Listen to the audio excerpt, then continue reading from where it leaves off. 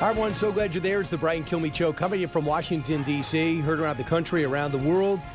Fresh off the State of the Union last night. So historic. It was in terms of length. I think that some people say it's the longest. Some people say it's the second longest, hour and 44 minutes. So if we're going to go through some of the higher moments. I'm sure you watched some of it. Maybe you didn't watch all of it. But one thing the president did, he didn't just sit there and talk. There was a lot of moving parts. There was policy. There were reviews of the past year. Looked at this year. And, of course, highlighting some very special Americans. This hour, I'm going to be joined by Congressman Bryan Steil. He is the chairman of the House. He's the chairman of the House Administration. And he's calling Stop the Insider Trader Act. He's the one doing this. And that was pointed out last night when Nancy Pelosi was highlighted because she's been accused of insider trading by none other than 60 Minutes. Rich Lowry, editor of National Review, and Bret Baier is standing by. So first, let's get to the big three. Number 3. I'm like you. I'm no better than you. You know, I'm a 960 SAT guy. You've never seen me read a speech because I cannot read a speech. Fallout from Gavin Newsom's ridiculous comments. He's in a hailstorm after his screw-up, and it's of his own making. His idiotic comments about his SAT scores and his inability to read. An X-rated response by his communications team, and then a question about dyslexia. Do you really have it? Do you have any paperwork? Not good. Not a good start for the would-be presidential candidate. Number 2. Everything is so political. We're athletes. We're so proud to represent the U.S. And when you get the chance to go to the White House, meet the president, you know, we're proud to be Americans, and, you know, that's so patriotic, so. That is Jack Hughes. USA Hockey's in a culture war with haters who didn't think they should go to the White House or take the president's call and even go to the State of the Union. Why? Why is it? We're going to bring you some of this nonsense.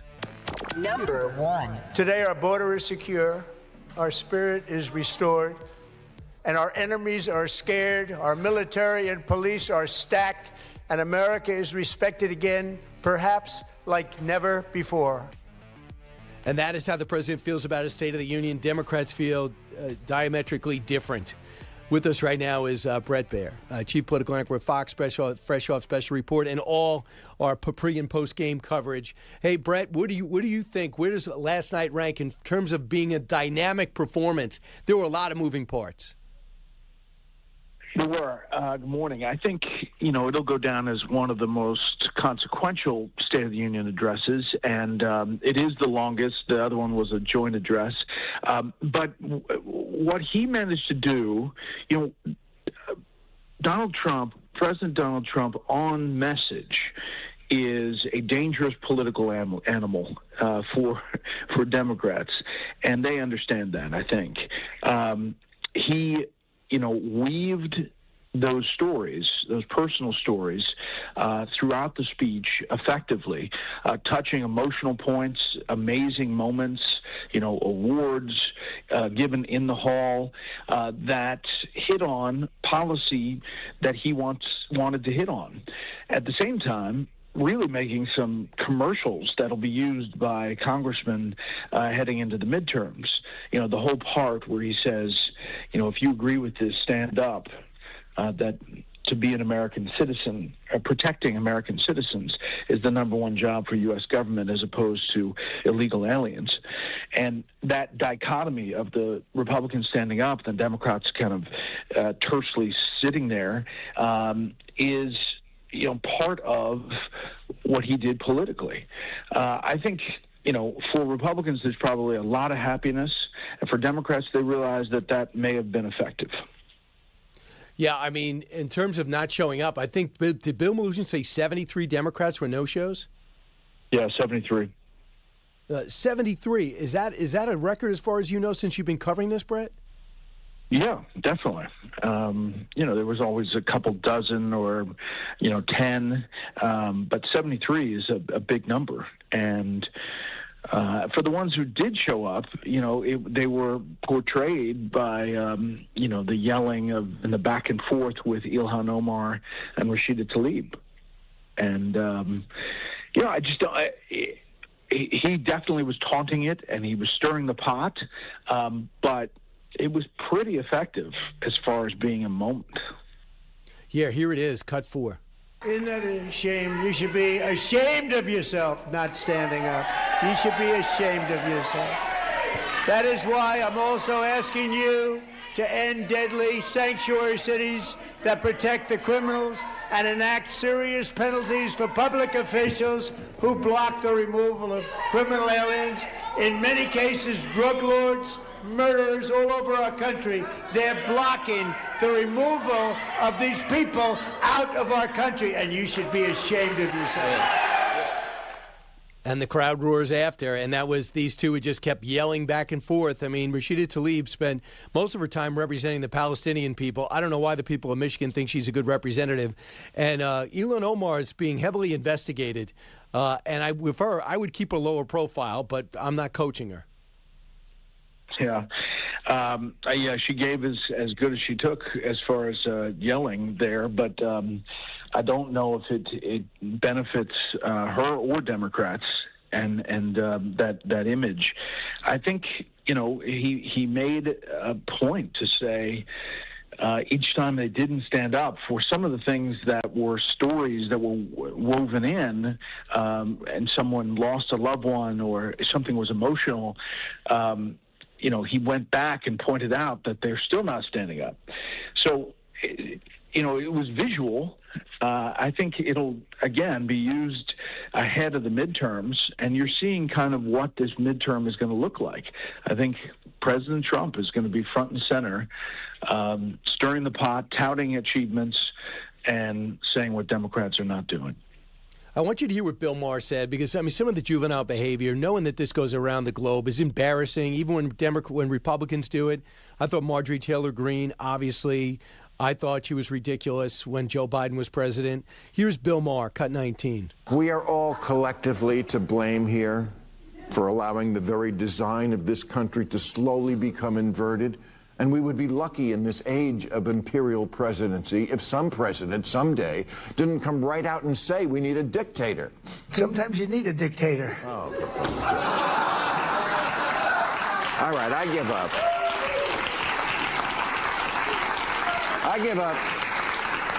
Well, then how about this for a reason to get rid of the State of the Union? It's embarrassing.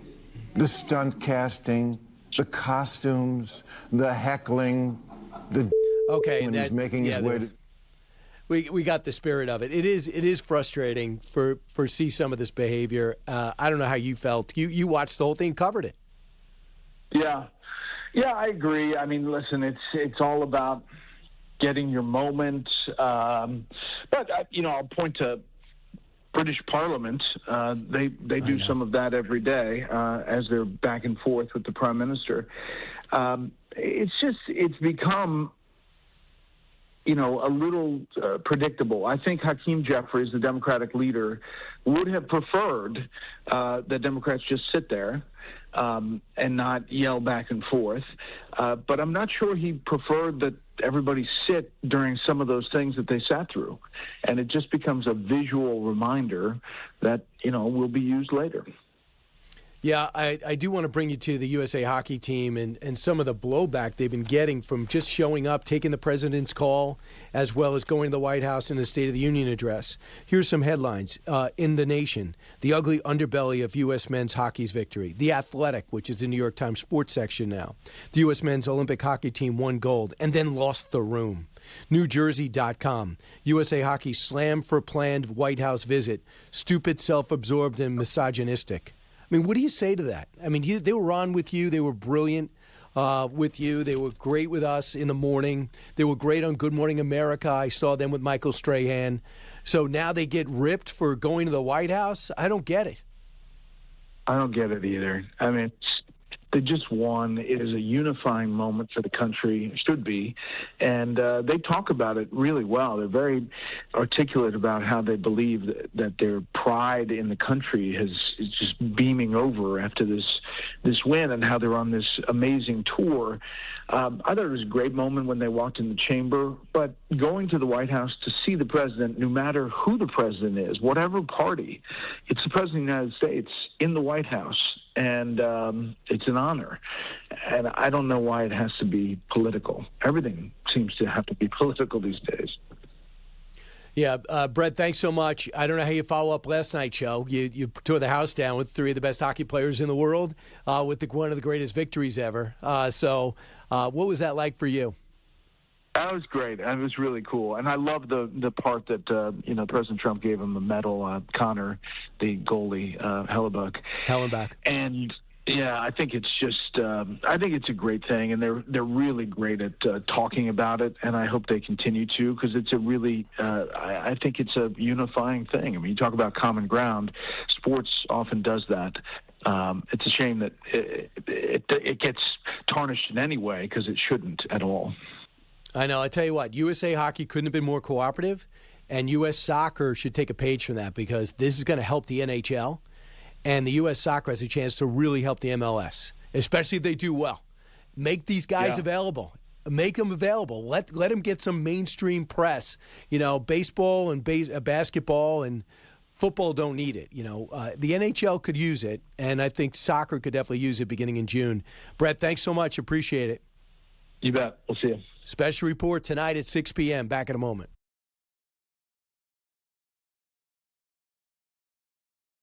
It was an extraordinary speech, the longest to a joint session in history, the longest State of the Union in history. In some ways, vintage Trump, combative, populist, historic for other reasons as well. The first part of the speech, all about the economy, an issue we know a lot of Americans want to hear about. He touts it, but he does so against the wall of negative opinion that we see in our polls. And then really all the energy of the speech, the heart of the speech, on culture issues through the middle, immigration, gender, voter ID, and a line that wasn't in the script, but he ad-libbed. The first duty of elected officials is to protect Americans, not illegal aliens. He seemed at times to be goading Democrats into reacting, and at times they took that bait. And that is Tony Dokoupil. He's now the anchor at CBS. I can't imagine Dan Rather, Scott Pelley, Norah O'Donnell, his predecessor, saying any of that.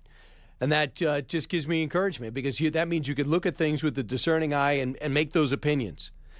Because I thought it was a really good speech. They covered a lot of topics. It wasn't a laundry list. Just when you think, okay, one list, two new projects, one accomplishment, and then there's a 100-year-old veteran. Okay, here's the USA Hockey team. Please tell me that you can replicate that. I don't know how you do it. The drama of them coming on the second floor on the balcony through the double doors, all except 5. Is that amazing? And then you have 100, the Venezuelan chopper pilot on the Venezuelan operation who took multiple bullets into the leg and still managed to complete the mission. Is there anything better than that? The family of the National Guardsman who was shot by the Afghan assassin who decided to go to Washington, D.C. and just try to kill Americans in uniform. I mean, then you have the family of the woman who's was slain on a train by a guy that never should have been out of prison, the Ukrainian woman. You saw her mom there. So it was dynamic. It was persuasive. And if you have a different opinion, roll them out. Abigail Spanberger. Evidently, there were 5 separate events. Why are you doing events? I mean, no one's covering you. So you did one, and I guess you have all these other super PACs doing these events and people making speeches, and Robert De Niro somewhere. I don't know. You're not going to get any heat. You're not going to get any attention. Here's Mark Penn. As you know, we got Bill Clinton elected twice. Cut 16. I think the Republicans needed a shot in the arm, and he gave them one. I think this was about as well constructed and delivered a speech as I've ever seen. And he put up front, as he needed to do while Americans were awake, hey, things are better off. The State of the Union is strong. Did he convince them? No. It takes months to take numbers like this and turn them around, as we did actually back in '96 with the same situation of a good economy. But he's got to kick off a debate in which he shows that jobs are happening, prices are coming down, and people are feeling better. They're not feeling it yet, but it was a really good shot in the arm.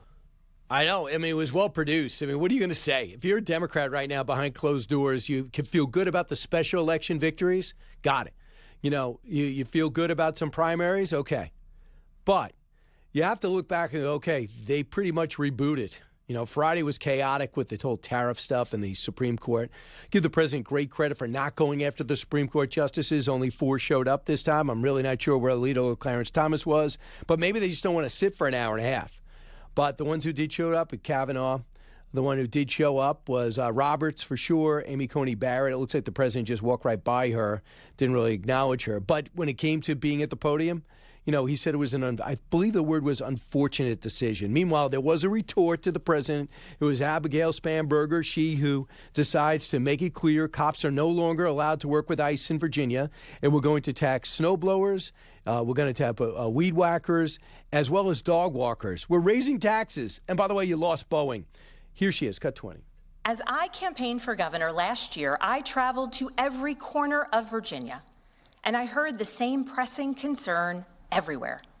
Costs are too high in housing, healthcare, energy, and childcare. Because since this president took office last year, his reckless trade policies have forced American families to pay more than $1,700 each in tariff costs. I mean, that's one of the stats that came out. A lot of people dispute that stat. If I talk to Stephen Moore about that or Scott Bessent, he wants to push back on all those things, and maybe he should. But I don't know. I mean, how am I going to figure out how much you're spending depending on what the product is and what you're buying and what the business is? But the president says that we've rebooted. We have a new strategy for at least 3 months when it comes to tariffs. My hope is the president just locks in all these trade deals and they become immune to tariffs. Whatever the deal is, it is. And I think he's got to use that same pressure and leverage to make sure they don't back out of it. The European Union's in delay. But my goodness, the European Union in delay. At the same time, they are scrambling in the UK. France is about to have an uneven government. They cannot get consensus on just about anything. They've alienated our ambassador. They're not letting us use our bases. And we're still supposed to watch their back and spend $1 trillion of defense to defend Europe. So that's the EU deal I wish the president would bring in. The Indonesia, South Korea, Japan. South Korea is cut off in their parliament. Hopefully that won't change. But if you go ahead and pull in these deals, then you do have certainty. And then the one in China in March will be key. But at the same time, I had a chance to talk to Doug Burgum from Interior, and I said, how close are we on cutting the deals enough to get rare earth to no longer be dependent on China? He says, we're very close, and it's an all-hands-on-deck approach, as well as setting up the vault, which is rare earth, like strategic oil reserves, that'll be there should there be an emergency, like, for example, a war, or if China decides to cut us off again, which gives you security. It's a great idea. How could a next administration not finish that off? When we come back, I'll talk about politics and how the book tour for Gavin Newsom has been a disaster. I'll explain.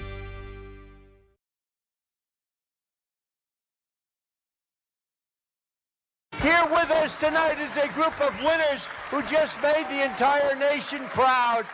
The men's gold medal Olympic hockey team. Come on in.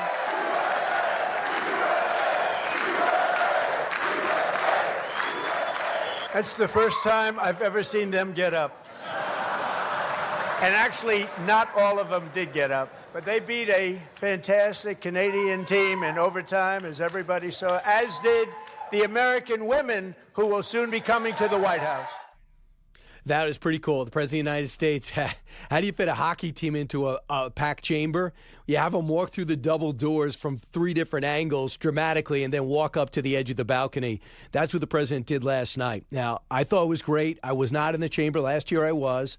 But I was able to hear the dynamics and hear some of the screaming from Talib and Ilhan Omar. But for the most part, I thought the president put together a big-time production. But the guy who has a perspective on all this is the editor of National Review, Rich Lowry.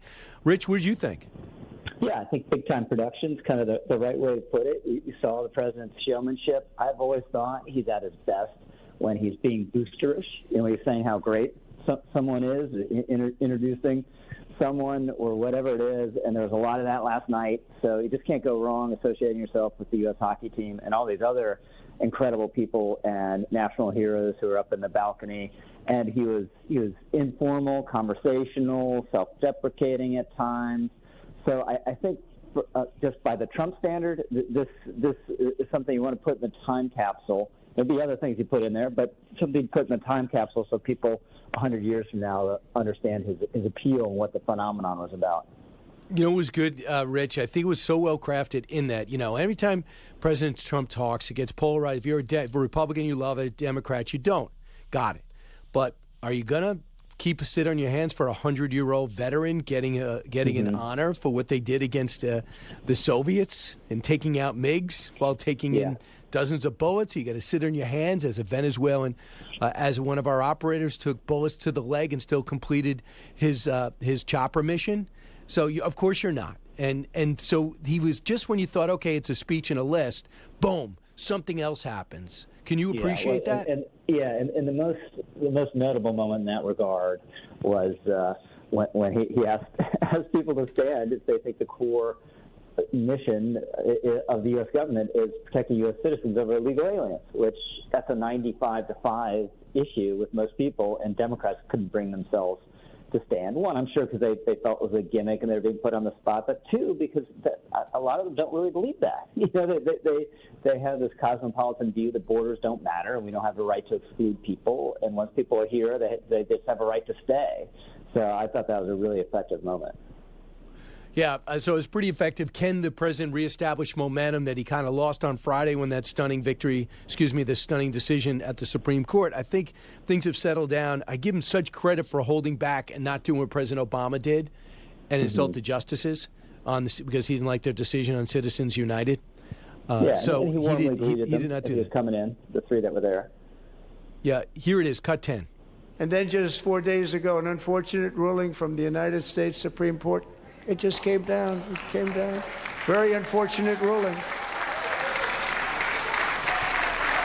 But the good news is that almost all countries and corporations want to keep the deal that they already made, right, Scott?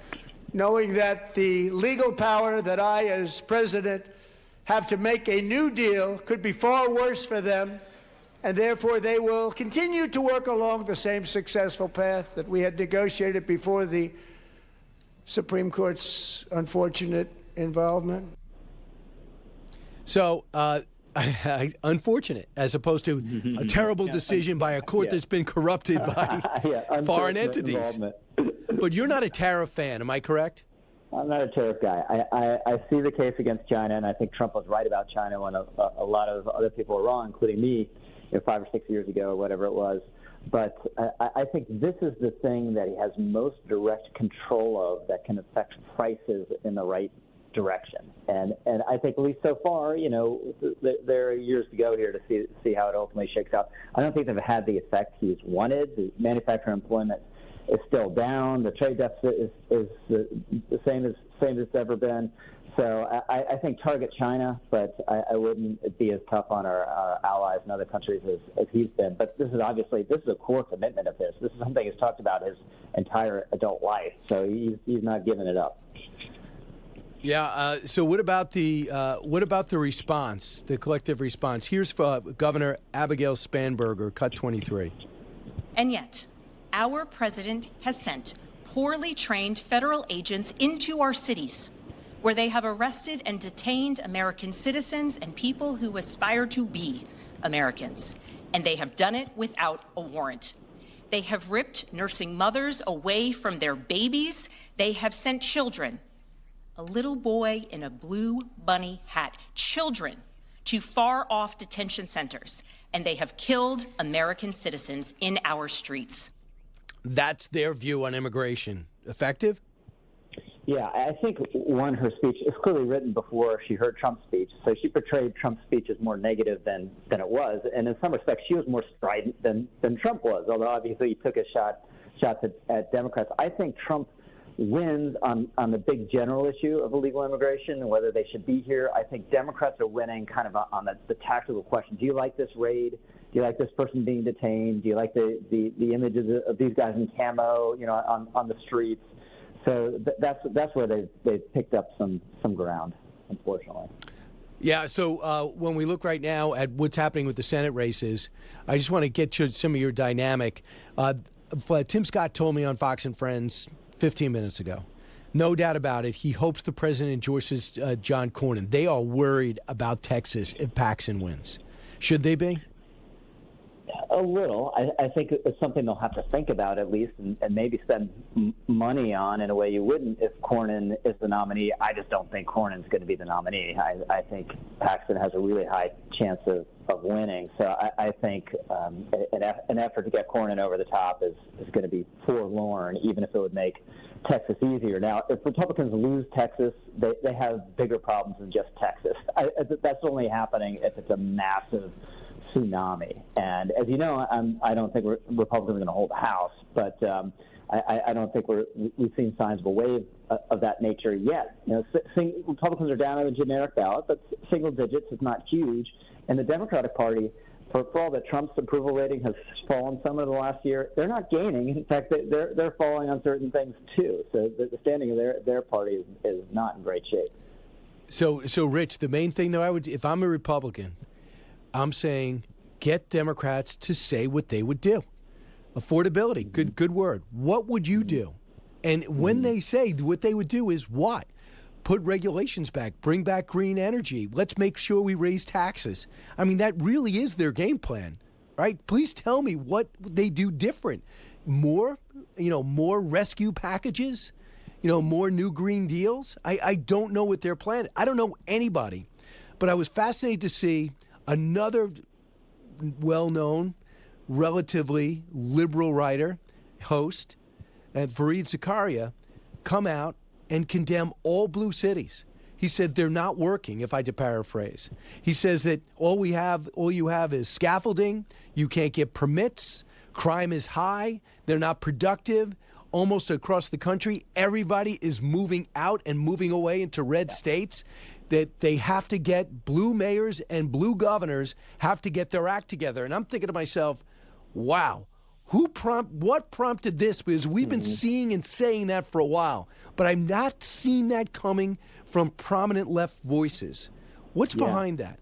Well, I think reality, Fareed is left of center, but he's not a leftist, so he's a reasonable person that can see reality. And the person who has to be most worried about people actually noticing this is arguably the front runner for the Democratic nominee in 2028, Gavin Newsom. His state is an affordability disaster because taxes are so high, spending so high, regulation is so high, housing is so scarce, and people have been leaving the state in droves because of those policies. So it'd be very awkward if affordability is the Democratic mantra to run that guy as your standard bearer in 28.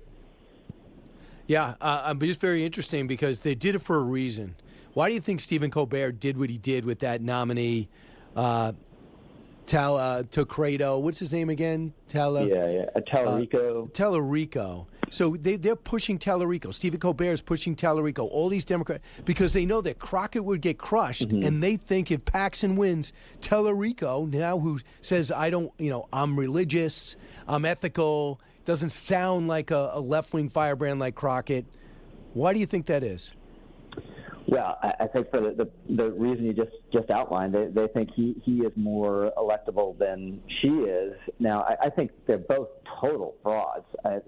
She's at least an entertaining fraud, where he's an annoying Beto O'Rourke type fraud. Yeah. But again, I think even Paxton versus Tallarico, you get it could be a 3-point race, which would make Republicans nervous and require time and resources. But I'd be shocked if Republicans actually lost Texas. And again, if they do, that's a sign of other problems all over the map, probably. Yeah, absolutely. With gerrymandering that was supposed to give them more seats, they would be crushed. Rich Lowry, thanks so much. Coming up next, Congressman Bryan Steil. Don't move.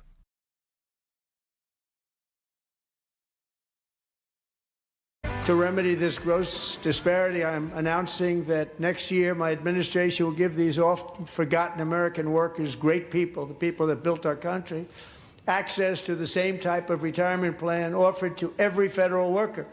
We will match your contribution with up to $1,000 each year. As we ensure that all Americans can profit from a rising stock market, let's also ensure that members of Congress cannot corruptly profit from using insider information. So he wants to make sure that they don't profit. That is speaking Congressman Bryan Steil's language. He's chairman of the Committee on House Administration, and he called for passing his act, Stop the Insider Trading Act. What did it feel like to have the president mention that? It's a pretty surreal moment to be sitting in the hall and have the president of the United States call out legislation I've been working on by name. It's a huge opportunity, though. We have a real moment in time where we can pass meaningful ethics reform in the House of Representatives and get that signed into law. What would you recommend, Brian, that they put into a blind trust like a president? So I think. So let's say you're an investor, you're very successful, and you go, you know what, I'm going to go run for Congress. What happens to your portfolio? So couple pieces of the puzzle. Once you come into office, you can no longer buy any individual stock, period, full stop. If you arrive in office and you have stock inside your portfolio, you can hold it, except you provide 7 days advance notice for any sale. That removes the ability to profit off of any insider information you may garner while serving. And then it puts real teeth into the legislation to actually enforce the law. That guts the ability of any member to profit off of insider information, and I think it starts to reinstate trust from the American people in this institution. What kind of support do you have in the House? We're seeing growing support. We passed this through committee. The president putting his weight behind this legislation, I think, gives us the opportunity to get it to the floor and absolutely pass it. Now that Nancy Pelosi is retiring, she did come up because she's considered one of the gravest offenders, pointed out by Steve Croft on 60 Minutes years ago. Remember, he asked her that question. Cut 13. They stood up for that. I can't believe it. I can't believe it. Did Nancy Pelosi stand up if she's here? Doubt it. Pass the Stop Insider Trading Act without delay. What was it like in there when he said that? I mean, this is where the president's at his best. He's reading a speech, and then he takes the moment and just riffs and flawlessly calls out the Democrats, or in this case, Nancy Pelosi, for their hypocrisy. Yeah. And I think that's where he is at his absolute best. I mean, he's hysterical when he does this. And it also just shows the importance of passing this type of legislation. The American people are sick and tired of seeing the reports about what's going on in Congress as it relates to the financial back and forth. Let's just remove even the appearance of impropriety, pass the Stop Insider Trading Act, and prevent members of Congress from being able to buy individual shares of stock. Right, and we'll see if that's going to get. Do you have a schedule for the vote? We have a commitment from leadership to bring it to the House floor. Now with the president's backing, I think we're going to see that come to the House floor in the very near future. All right, so what about the Save America Act, the whole Voting Rights Act? Do you see that getting out of the House? Is every Republican for it? Well, the Save America Act has moved through. We can get that. Then the question is, what does the United States Senate do with that? The president. You need 60 votes. You need one of two things. You need 60 votes, and then for sure it passes. Or you do the standing filibuster, and we get rid of the zombie filibuster in the Senate. The president last night spoke directly to the Republican senators in the chamber and said, pass this bill. So now the question is exactly how does John Thune play those cards? But you could theoretically get all these guys and these women to stand up, and they could speak right through it, right? How long can that go on? It would go for a while, but at the end of the day, the Republicans in the Senate would be able to overcome that filibuster threshold by, instead of allowing the zombie filibuster, to actually plow through it. Exactly what the decision will be by John Thune and Republicans in the Senate, we're going to see.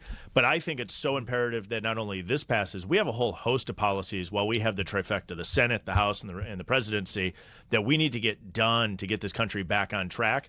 I'd love to see us break through this logjam, but we'll see how this plays out. So what would be something else you guys have on your agenda before the November elections? Well, I think there's full comprehensive election integrity reform we need. I carry a bill called the MEGA Act, Make Elections Great Again, two key provisions of which are the Save America Act, making sure that only U.S. citizens are voting, and photo identification. But I think we need to go further. I think you need audible paper ballots. I think you need to ban ranked choice voting. You need to ban people from ballot harvesting. You need to have Election Day end on Election Day. So unlike California, where ballots are arriving after the end of the election, they got to be in by the time the polls close.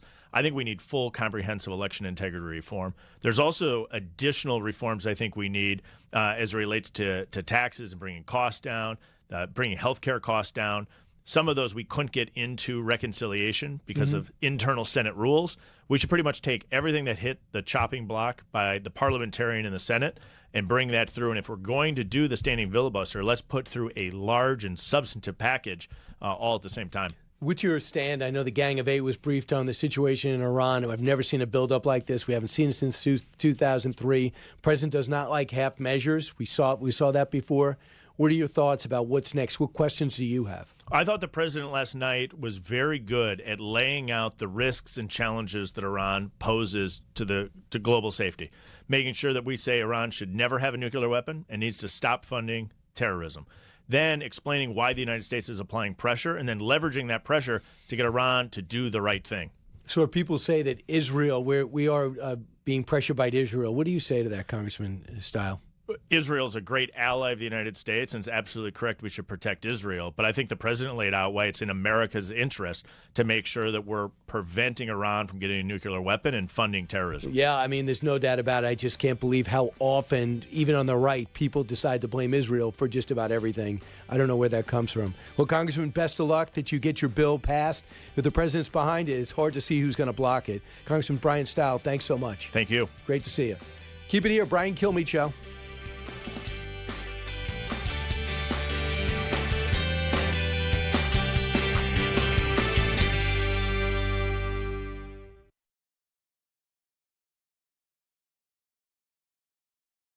Hi, everyone, from Washington, D.C., normally in Midtown Manhattan, heard around the country, around the world. This is the Bryan Kilmeade Show. Not only did I was able to preview the State of the Union, now we can review the State of the Union, which was the longest in history, 1 hour and 40 minutes, followed by Bill Clinton in 2000. Richard Nixon's got the shortest in 29 minutes, but it was packed. It wasn't the president doing the weave, saying, look at this, and this is my dynamic, and build the wall. It was very specific. I mean, I didn't look at the copy, but you can always tell when the president's reading as opposed to ad-libbing. Or I'm not saying it's obvious on the prompter that he's reading. I'm just saying obvious is, very crisp, dynamic sentences, and then sometimes he'll look away and go off, and he likes doing that. But this, I felt like it was key to the copy, but it was very well produced. He understands. I got a captive audience, 30 million people. I got to give them something. I got to surprise them with something. And Lucas Tomlinson will be with us shortly, Fox News correspondent. He was at Mar-a-Lago, doing a lot of the coverage here. He's got the military background. We'll talk about that. Mark Dubowitz, the CEO of Foundation for Democracies, will be in studio. We'll talk about what an attack on Iran would look like. So first, let's get to the big three. Number 3. I'm like you. I'm no better than you. Who talks like that, right? I'm a 960 like SAT guy. Right? You've never seen me like that. read a speech because I cannot read a speech. Right. I'm just like you. I'm a dummy. Just like you. Dummy. Newsom in a hailstorm of screw-ups of his own making after his idiotic comments about his SAT scores in front of a mostly black audience and a black mayor, and his staff's X-rated response to inquiries if he really has dyslexia or not. What is going on? Does this guy really think he's going to go from governor, a bad governor, to a terrible president? I don't think he's going to get there. Number 2. Everything is so political. We're athletes. We're so proud to represent the U.S. And when you get the chance to go to the White House, meet the president, we're proud to be Americans, and, that's so patriotic. So, yeah, guess what, Jack Hughes? And you are the hero of that overtime win over Canada, but there is a bit of a dust up here. U.S. hockey in a culture war with haters who don't like the fact they went to the White House, don't like the fact that the president called them in the locker room. We'll try to make sense of it all. Number 1. Today, our border is secure, our spirit is restored, and our enemies are scared, our military and police are stacked, and America is respected again, perhaps like never before. State of the Union. Trump talks accomplishments, new policies, heroics in sports, and on the battlefield, and per usual, sparring with obstinate Democrats. And there was a few of them. Of course, Congresswoman Tlaib, who's just an embarrassment. I don't know what Michigan is thinking. She basically represents the Palestinian people. There's nothing in America that she likes. She's got a filthy mouth, and we know that because, remember, she said in blank impeached the president. We saw that. And then we saw at different areas of the country, when the president's asked in different areas of the speech, you hear her and the president going back and forth. Here he is, the president of the United States, talking about different things with illegal immigrants. And here he is talking about talking about different things he accomplished, as well as different things with the Congresswoman. Here's, by the way, the message of the speech. It was very positive. It was very uplifting. But and here's how it ended. Cut 8. And these first 250 years were just the beginning. From the rugged border towns of Texas to the heartland villages of Michigan, from the sun-kissed shores of Florida to the endless fields of the Dakotas, and from the historic streets of Philadelphia to right here in our nation's capital, Washington, D.C., the golden age of America is upon us. The revolution that began in 1776 has not ended. It still continues because the flame of liberty and independence still burns in the heart of every American patriot. And our future will be bigger, better, brighter, bolder, and more glorious than ever before. Thank you, God bless you, and God bless America. And the Republicans roared, and the Democrats ho-hummed, and some of them booed. Lucas Tomlinson's now in studio. Lucas, could you stand down last night, or did you have to watch? Did you have to report? I was on Capitol Hill until the speech, went home, watched it.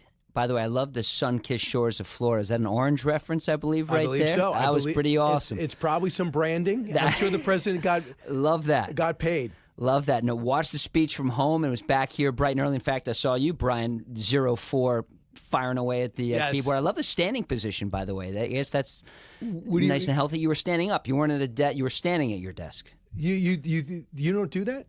I run around enough, but maybe I should start doing it. A couple of things. I'm very happy with the office they gave me, right? And your desk go higher. My desk is just a little low, but it's standing. I always choose to stand.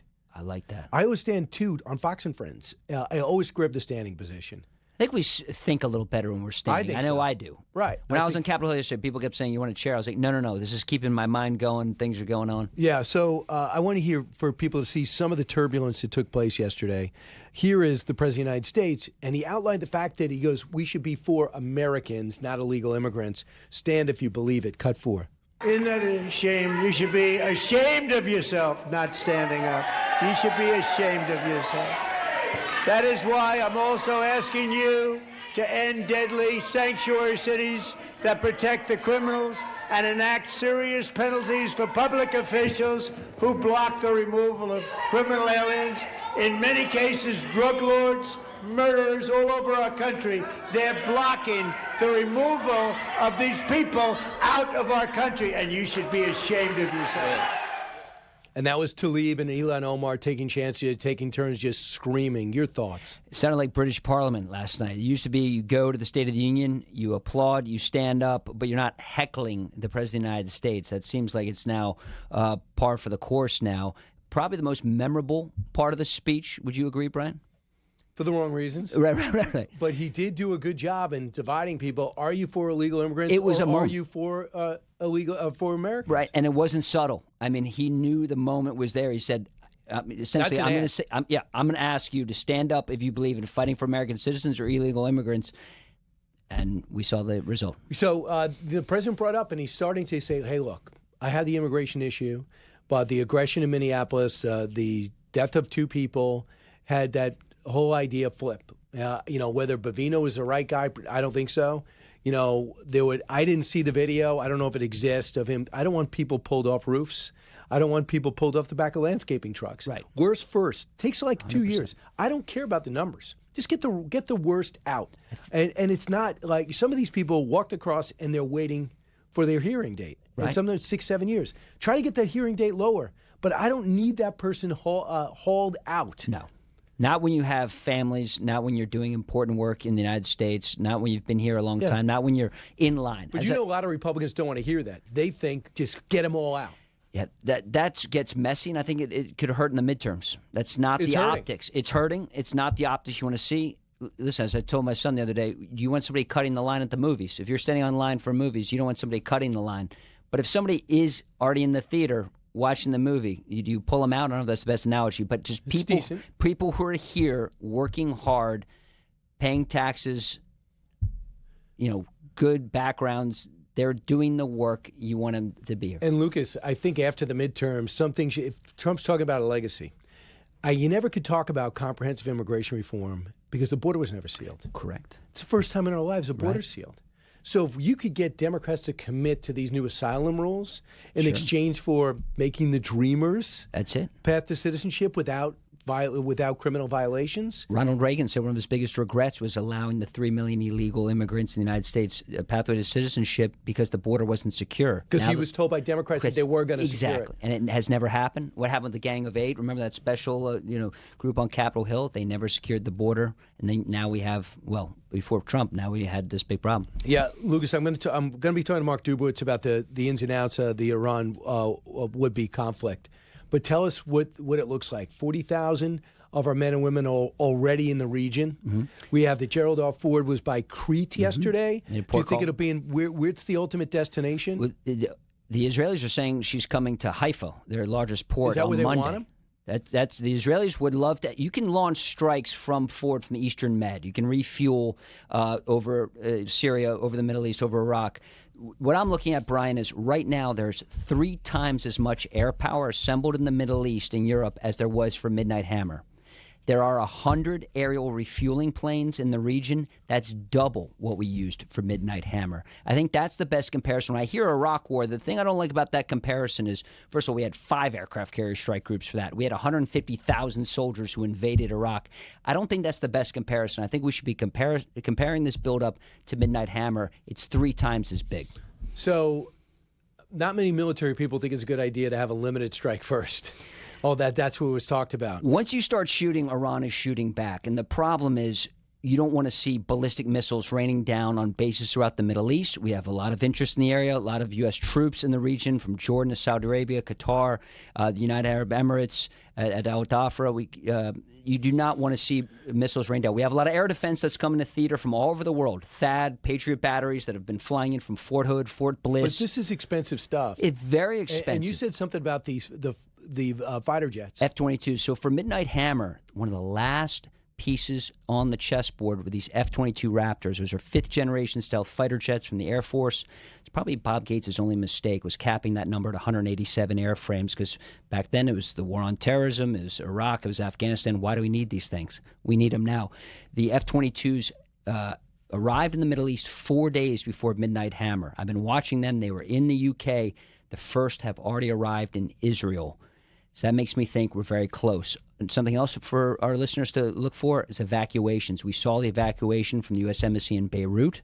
Now, we just heard from Hezbollah said they have no beef with U.S. launches strikes against Israel. They will not attack. Whether they honor that, we'll if see. the U.S. offers strikes against Israel? If the U.S. attacks Iran, Hezbollah will not attack Israel. Couple of things.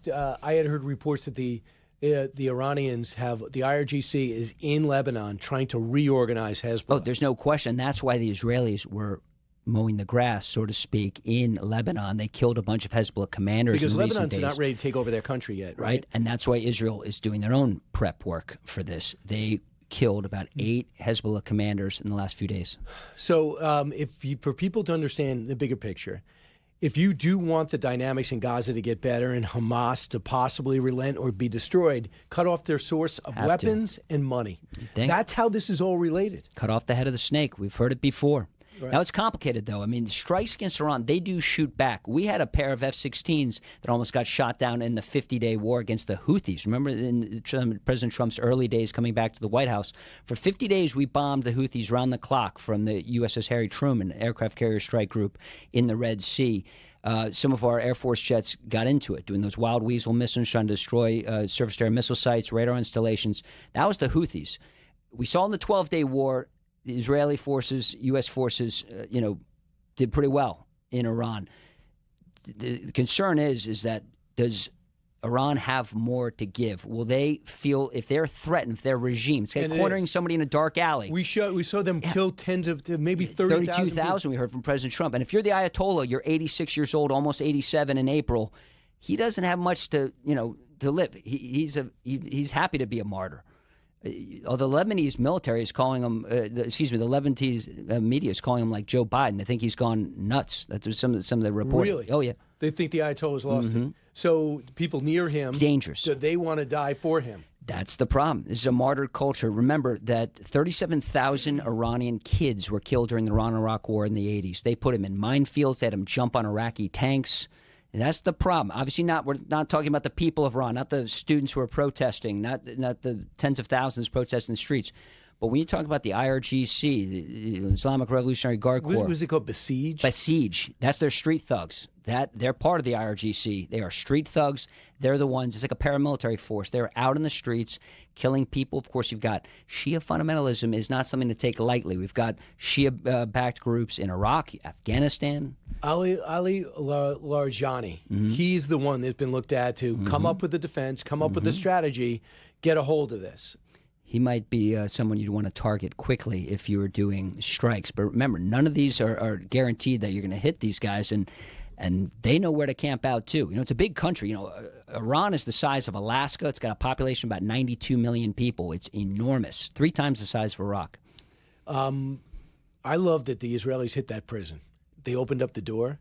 If you want to actually unleash the opposition, it would be great to open that prison with precision. And like helping the French resistance World War II, didn't you want to arm the partisans? You give them communications gear. We saw the Starlinks go in, but I would imagine the CIA and others, Mossad, have more complex communications gear. Maybe that's a way to do this from the inside in addition to any potential. Lucas Tomlinson, last thing, 90 seconds on Ukraine war, 4 years in.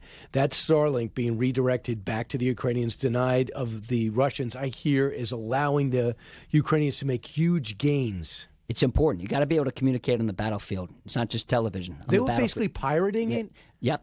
And you have to be able to communicate on the battlefield. Boris Johnson, I thought, had a good piece in the Wall Street Journal saying Europe needs to do more. The British Army, if the Europeans want to see Ukraine succeed, I think we all do, maybe it's time to put troops on the ground. Germans can give the Taurus cruise missiles. They can do more. They can give more. If the Germans can build BMWs, Audis, all these nice autos, they can make weapons. And the British Army is a shell of its former self. The British used to have 1,000 warships after World War II. Today they have about 10. And none of their warships can fire land attack missiles like our guided missile destroyers can fire Tomahawks. Their limited frigates and destroyers are only for air defense. Germans got the message. They're starting to build up the military first time since World War II. And maybe decades ago we wouldn't be having this conversation. We wouldn't want them to rebuild. But now we need Japan and Germany to rediscover their tough roots. I agree. All right. Thanks so much, Lucas. Brian, always thanks great. for having me. Do an unbelievable job. The military background certainly comes in handy as a reporter and anchor. Back in a moment.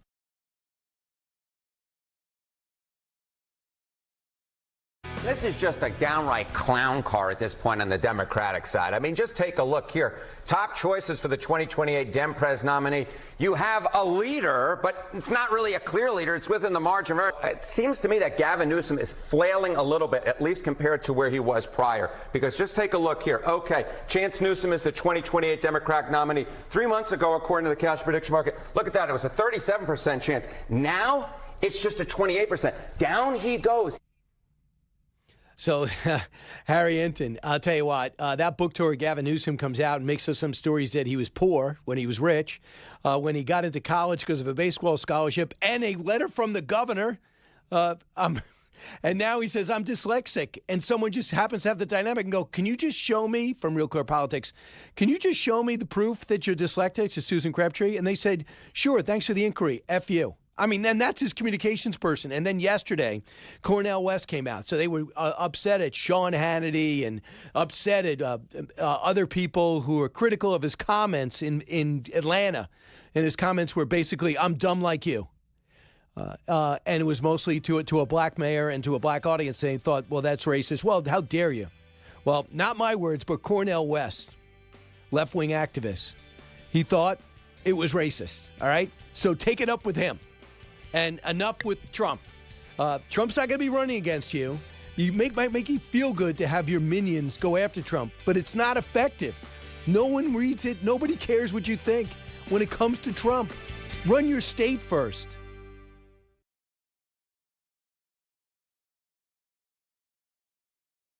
This is some terrible people.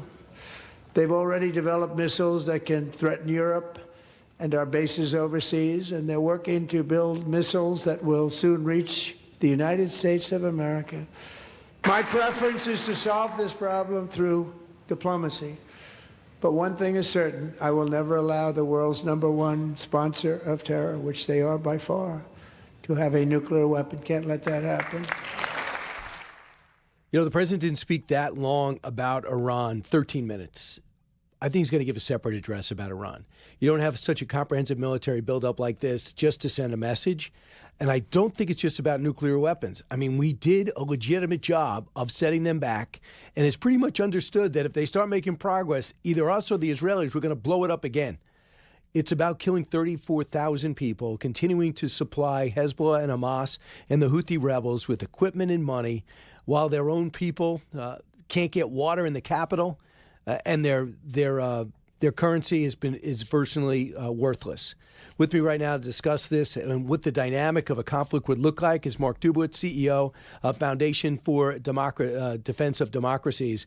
Mark, first off, President put 13 minutes into the speech. You expected something. Do you agree with me that it's got to be a separate address if we're going to take action there, or do you not see it as something that would be an Oval Office worthy? Brian, I think he made the case for strikes on Iran. I mean, enough. That was enough for you? I think he laid it out. I mean, I don't know what else there is to say. I mean, he said that this regime has been killing Americans for years and maiming Americans. It's killed 34,000 of its own people. It's building an intercontinental ballistic missile program, as the president said, which has only one address, which is the American homeland. What do you say to people who don't believe that?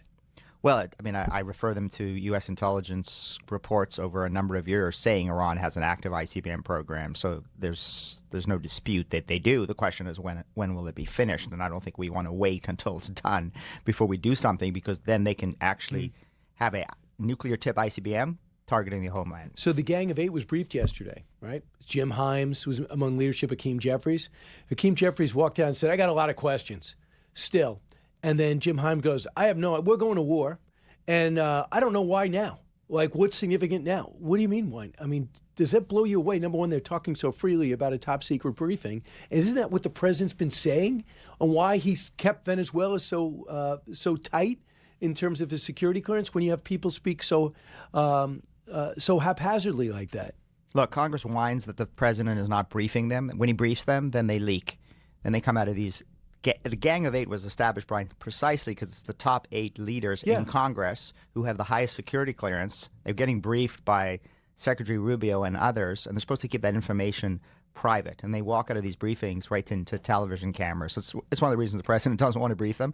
It's one of the reasons that the president is not going to ask for a authorization of the use of military force by Congress, because he's going to use executive authority to protect the American homeland. So the president's not convinced there's somebody to take over. He goes, how do I know the next guy won't be worse?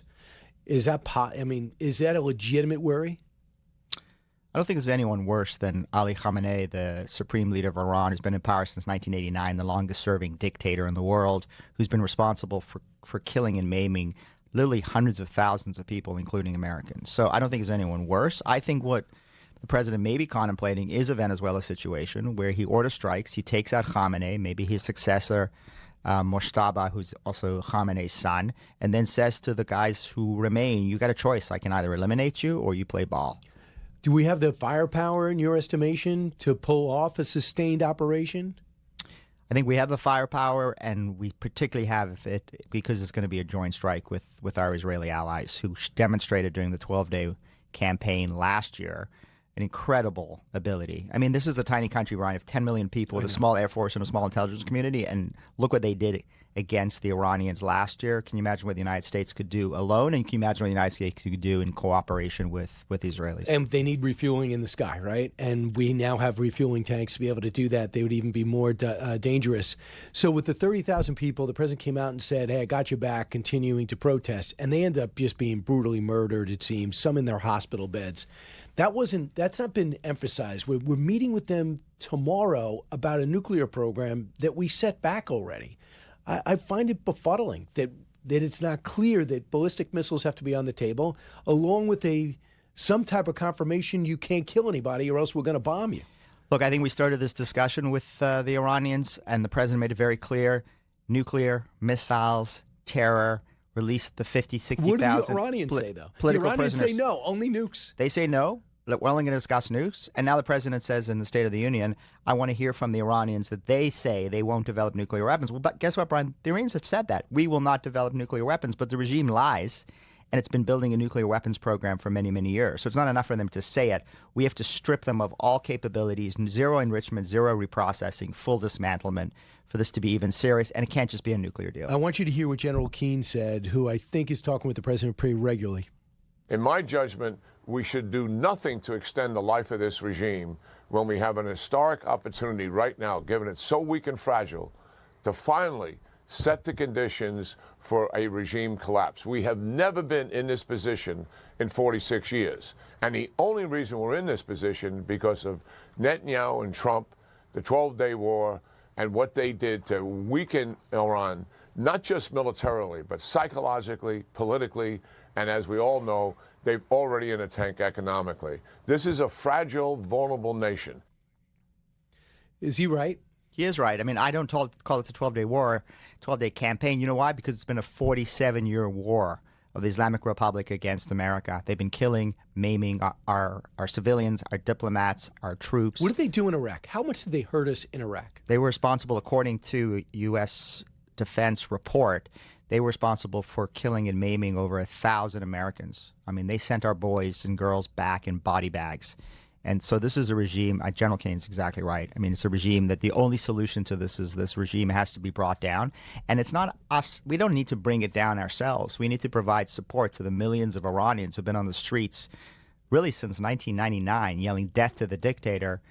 President Obama, Bush, Biden, and now Trump. You got our back. And President Trump said in January during the protests, take to the streets, take over your institutions. We got your back. It's a red line he set. It's a red line he has to enforce. I agree. When Jim Himes comes out and says, why now? You know, why does this have to be done now? What is your answer, Mark Dubowitz? Well, my answer is President Trump set a red line. He has to enforce it. Number two is Iran is reconstituting its nuclear program. President Trump is right. They're going at this place called Pickaxe Mountain, which is hundreds of feet underground. They're building enrichment facilities, centrifuge manufacturing. They're going to do weaponization thing. This thing is buried under a mountain. It's more dangerous than the Fordo facility that President Trump destroyed. And the Iranians haven't got the message. They are reconstituting. And before they are finished with that facility, and they have a facility that may be immunized against our ability to destroy it, we have to take it out now. What did the CIA post yesterday on social media? I thought that was really interesting, Brian. The CIA posted in Persian a message to Iranians to talk to them and come to them with information and secure links on how to do that. I think that's a message from the CIA and more broadly from the Trump administration that we're getting into the covert action game, into the influence operations game, and we're going to be working very closely with our Israeli allies because I think CIA and Mossad together is a very powerful combination. What did the Mossad show you in the 12-day campaign? Well, I think the Mossad demonstrated that they've deeply penetrated the entire Iranian security apparatus. They were shooting from inside the country, weren't they? From inside the country. They've recruited thousands of Iranian agents. These are Iranians who are working against the regime. There was a massive pool to recruit from because the majority of Iranians despise this regime. They were everywhere. They had numbers, addresses, names, photos of top commanders. They took out the senior IRGC command. They killed 14 nuclear weapons scientists literally in their beds and did significant damage to the nuclear program and the missile program. Again, tiny country with small air force, small intelligence capabilities. Now, let's join those capabilities with our capabilities, and we can do massive damage to this regime. Mark, I can't list you top Iranian leaders, but I know anyone that's a threat gets jailed. Could the next Iranian leader be in prison right now? I mean, and could we do something? Remember we blew the doors off when the Israelis blew the doors off one of the infamous prisons? And I'm wondering if that could be the key. There's no doubt that the next Iranian leader is somewhere in prison or somewhere in Iran. By the way, Brian, if you and I knew their name, they'd be already dead, which is why I think it's actually very important that Reza Pahlavi, the son of the late Shah, is out there. He's here in D.C. He's out there in the media. You know, it's important that he's here and he's not there because he'd be dead if he was there. Do you think he is capable? Does he have the widespread support to lead that country? I think he has widespread support to play a instrumental role in a transition. And he has said over and over again, I don't want to be the Shah. I don't want to be, an authoritarian monarch. I want to lead a transition, have a referendum, have elections, and maybe ends up as a constitutional monarch. Because the MEK wants nothing to do with him. No, and I think the MEK is deeply unpopular inside Iran. So I think it's very important. He's clearly popular. It's not just the chants from the streets and the videos that we saw. It's that he has a massive social media following. And Bryan, this is really interesting. His social media following dropped by 80% when the regime shut down the internet. What does that say to you? It means that the social media following is mostly inside Iran, not outside Iran. And it costs money for them to keep the internet off. So it's a strain on a terrible budget. It adds to the sanctions relief. Are you surprised that Russia had the military games last week, but for the most part, China's been quiet? Does that surprise you? The Chinese have been helping the Iranians reconstitute their ballistic missile program. They've been getting in this precursor chemical for solid fuel Iranian rockets and missiles, and I think the game they're playing is stay out of the spotlight, don't be targeted by President Trump, but help rebuild this important member of the axis of aggressors. And China, Iran, Russia, North Korea. Iran is very important. If Iran goes down and we get a pro-Western government, that is a massive blow to Beijing and a massive blow to Moscow. Here's Jason Crow, a warfighter himself, but a Democratic stalwart. Here he is. But can we just admit here that regime change and nation building is not our core competency? That we spent 20 years, trillions of dollars, thousands of American lives. Both of them turned out poorly. I fought those wars. Again, millions of Americans fought those wars. The appetite for this type of military adventurism in the United States, when people can't afford their homes, can't afford groceries, is close to zero. Your thoughts?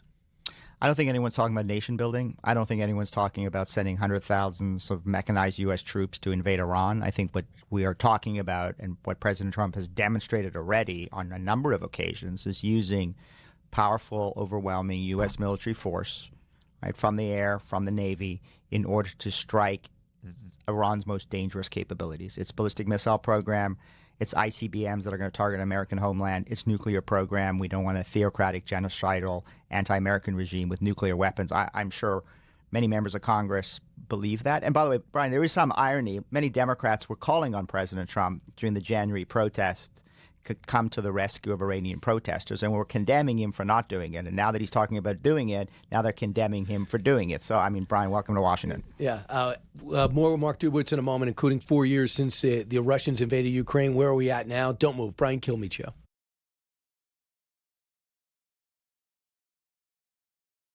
Mark Dubowitz is here, Defensive Democracies. It is the CEO of the Foundation for Defensive Democracies. Mark, let's pivot to a 4-year war in Ukraine.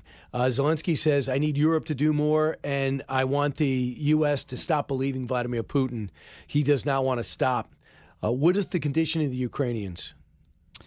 Bryan, it's been a brutal war. The Ukrainians have been fighting courageously. I think that, the two allies in the world that fight in their own defense and die in their own defense against common enemies are the Ukrainians and the Israelis.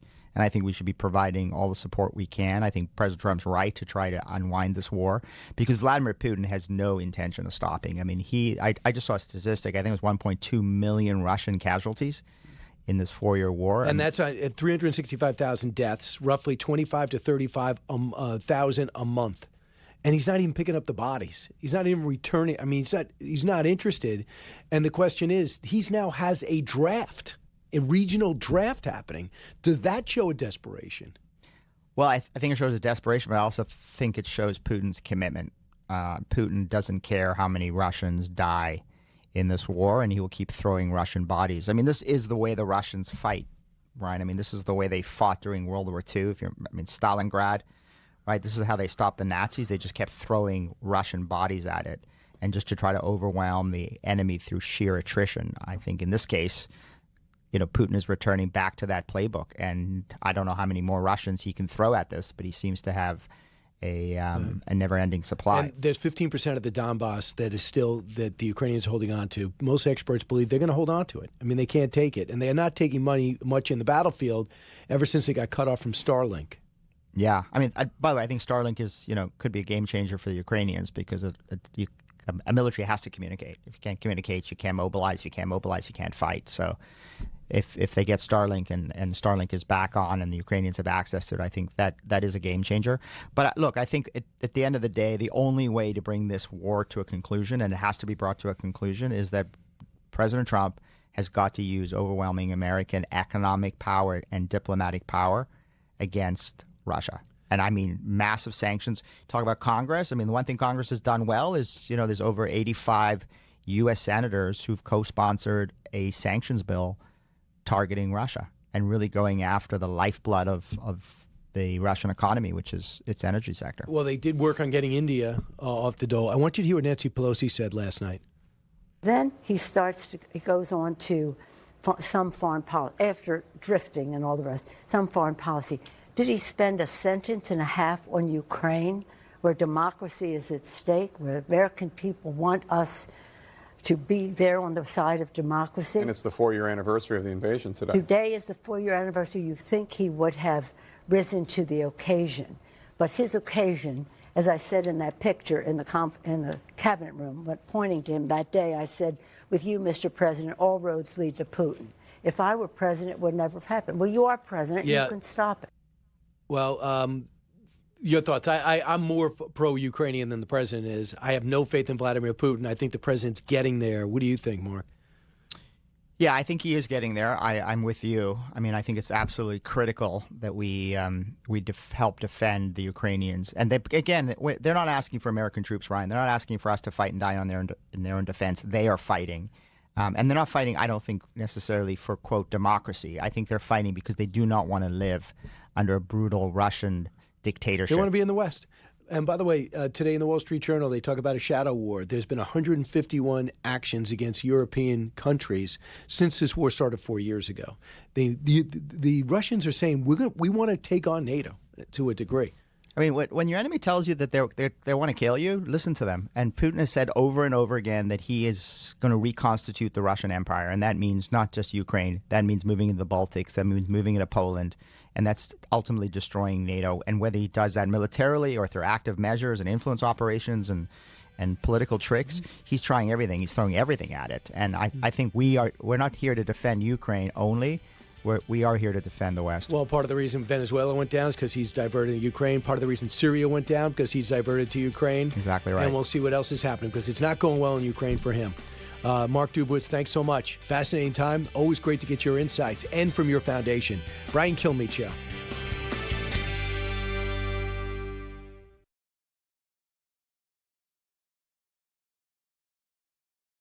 Hi, everyone. So glad you're there. It's the Bryan Kilmeade Show, doing the aftermath of the State of the Union, longest one ever, full of all type of exciting appearances and statements and policies, and also look back at the last year. The president's trying to reboot to a degree. I thought last Friday was pretty tough because tariffs have meant so much to him, but I think they're back on track, and I think Democrats had to be somewhat unnerved on how well it went, even though you would, to a person, they were talking about how bad it was, and 73 Democratic lawmakers decided not to attend. This hour, Julian Epstein's going to give me the Democratic perspective, and Karl Rove is standing by for the Republican perspective. So let's get to the big three. Number 3. I'm like you. I'm no better than you. You know, I'm a 960 SAT guy. You've never seen me read a speech because I cannot read a speech. Good. I'm a stupid idiot like you guys are. Newsom in a hailstorm of screw-ups of his making and his own idiotic comments about his SAT scores and his staff's X-rated response to inquiries on whether he really has dyslexia or not. This shows the guy is not ready for prime time or the presidency. What do you think? Number 2. Everything is so political. We're athletes. We're so proud to represent the U.S. And when you get the chance to go to the White House, meet the president, we're proud to be Americans, and, that's so patriotic. So Yeah, that is Jack Hughes, who scored the winning goal against Canada to give the USA the gold medal. And dramatically, they walked into the upper chamber, to the balcony of the chamber, as the president gave his State of the Union address on his invitation. But USA Hockey now in a culture war with haters who didn't like that the president called into the locker room and invited them to the White House and the State of the Union. I say they persevere through it. What do you think? Number 1. Today, our border is secure, our spirit is restored, and our enemies are scared, our military and police are stacked, and America is respected again, perhaps like never before. State of the Union. Trump talks accomplishments, new policies, heroics in sports and on the battlefield, and per usual, sparring with some obstinate Democrats. Karl Rove, you've seen it all, done it all, senior advisor to the president, former deputy chief of staff, Wall Street Journal columnist. I hate the way that the behavior has been going and degrading each and every State of the Union. What about you? Yeah, this is a moment that we, should put aside some of our partisanship and be respectful of the institution of the presidency and of Congress. And you're right, it's not. But my fellow Texan, Congressman Green, who has decided he's going to make an ass of himself at every one of these things, apparently. Started it off, but it deteriorated from there. But let's be honest about it. The Democrats have a lot to say to account for their behavior. But the president, it's useful for him to make distinctions, but to call him crazy and they want to destroy America, this was not adding to it. I thought it was very adroit when he said, here's your choice. Are you in favor of putting the interests of Americans first or illegal immigrants? And I think a couple of Democrats stood up, but most of them sat down. He won that point, but he diminished it then by, you're crazy and these well, here it is. Here's the aftermath what Karl Rove is talking about. Cut 4. Isn't that a shame? You should be ashamed of yourself not standing up. You should be ashamed of yourself. That is why I'm also asking you to end deadly sanctuary cities that protect the criminals and enact serious penalties for public officials who block the removal of criminal aliens. In many cases, drug lords, murderers. So he said you should be ashamed of yourself for not standing up on the behalf of Americans, not illegals, and they started screaming. Yeah, and you'll notice it was some of the usual suspects, Tlaib of Michigan, and the representatives from Minnesota. I mean, it's like it's just nobody looks good in that moment, and the president will win that moment because he's got the main microphone and he listed out the things that he'll end to sanctuary cities and so forth. But I just isn't it funny? We're talking about trying to get back to a more civil politics, and at the time it didn't seem so civil in 2001 through 2009. Yeah, I know. Those are the good old days. Hour and 40 minutes. He talked about... A record, number one. He's number one. He holds both number one and number two, the first and second longest ever held. He had moments and people he pointed out, like Irina Zarutska, who was killed on a North Carolina train by a recidivist criminal that should have been in jail. He talked about Megan Hemhauser, a Pennsylvania mom who homeschools 2 kids and works as a waitress, and how she's benefited from the big, beautiful deal. Delilah Coleman, who was seriously injured by a California car crash involving an illegal immigrant truck driver who had no business getting a license. So how did you feel about those dynamics? I know you had to support the second floor entrance of the USA hockey team. Look, I thought this was the most extensive and I think the most effective use of gallery guests. These began in 1982 when Ronald Reagan drew attention to a fellow who had played an heroic role just in a matter of days before the State of the Union address in rescuing people from a downed aircraft in the Potomac River, separating Washington, D.C. from the Virginia suburbs. But we've seen a lot since then. Every president has come to rely upon this. Nobody has used it as extensively as Donald Trump did in last night's address, nor I think as effectively. And look, part of it was he got great material to work with. I mean, think about it.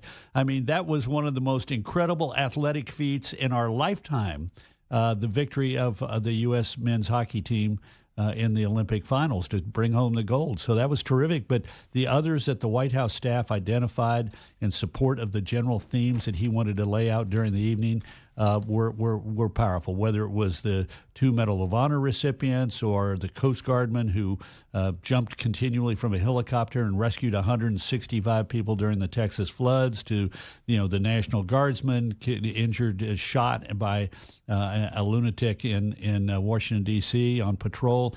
I mean, it was, and I was. You mentioned the parents of the young Ukrainian woman who was killed in North Carolina touched me because they were so clearly overcome with emotion. You couldn't help but empathize with them as we watched them on the screen. So, yeah, those were the high points of the president's night. And, the White House speechwriters and the White House communicators who dreamed up these and came up with these examples. But really, what worked most was you could see Donald Trump cared about these people. The empathy and the personal relationship came across so powerfully that they were the highlights of the event.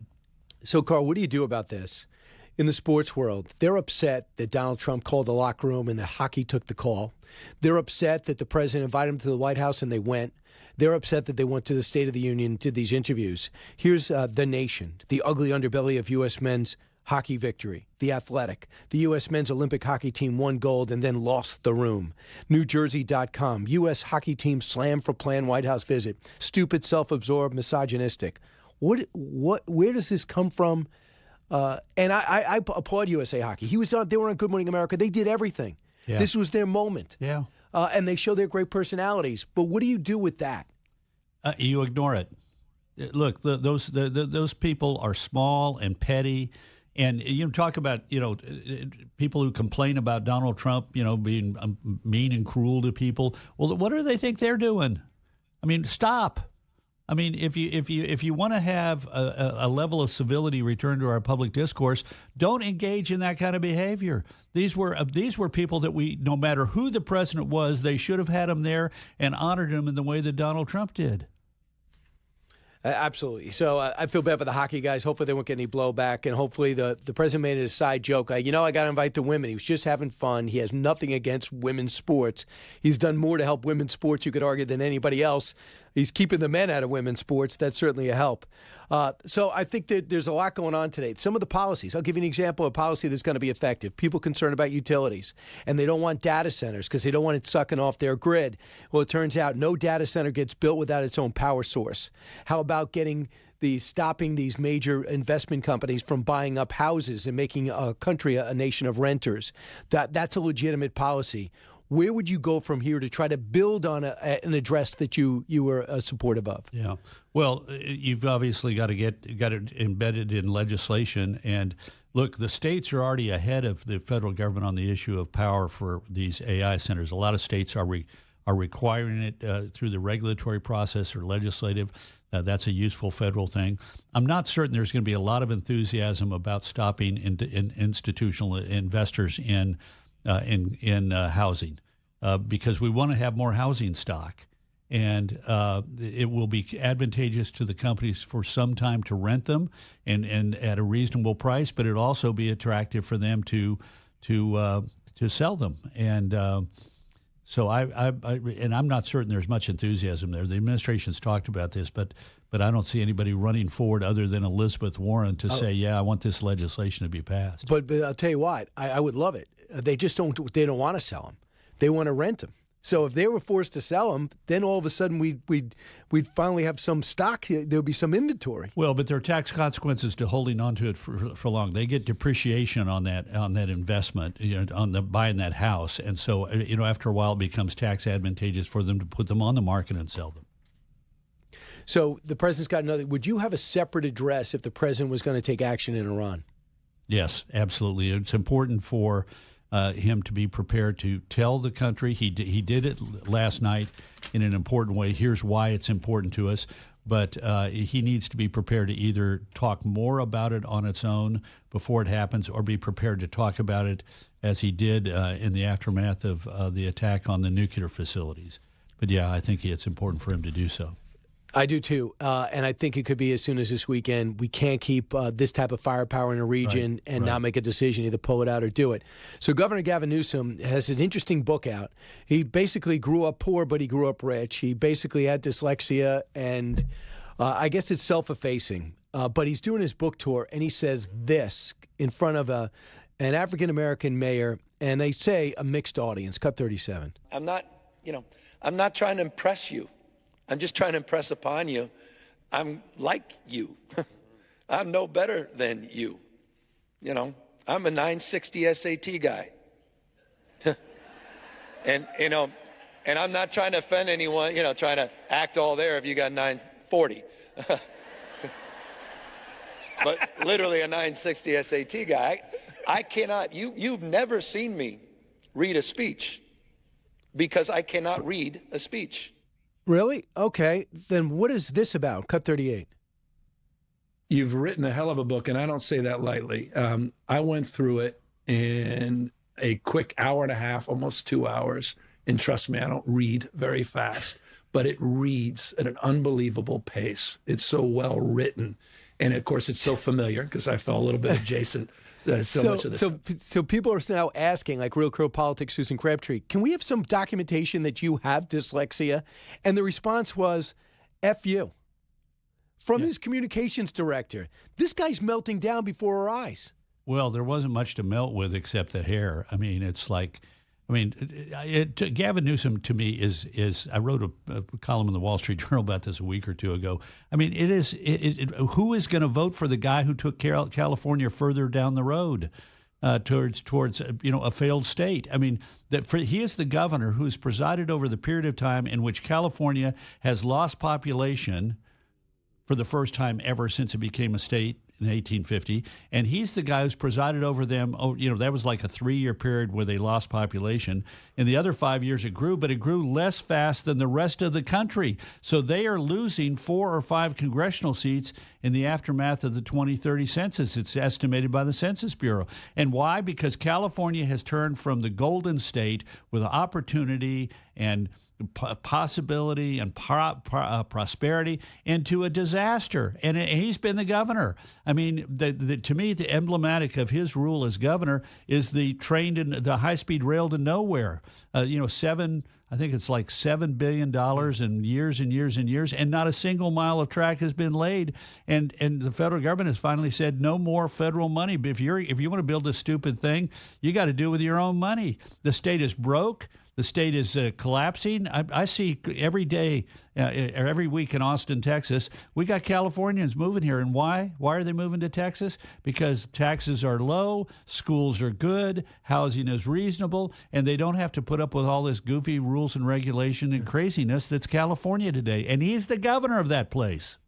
So, and Cornel West called him out. They say were racist comments. Yeah, call out people on Fox. Go ahead. But you tell Cornel West that he's wrong about those comments. And you can deal it was with him, insensitive. I mean, there are plenty of ways to say, look, I'm not the smartest guy on the block, but he said it. He said these things in a way that he was like you.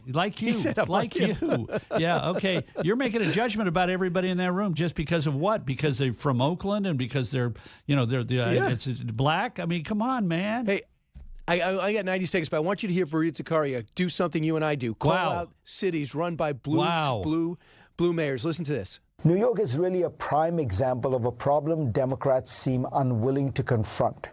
Blue cities are out of control, promising more, spending more, delivering less, and pushing off the fiscal problems to some future day. Take Los Angeles, another one-party metropolis wrestling with affordability and disorder. The city's homelessness budget for fiscal year 2025-26 totals about $950 million.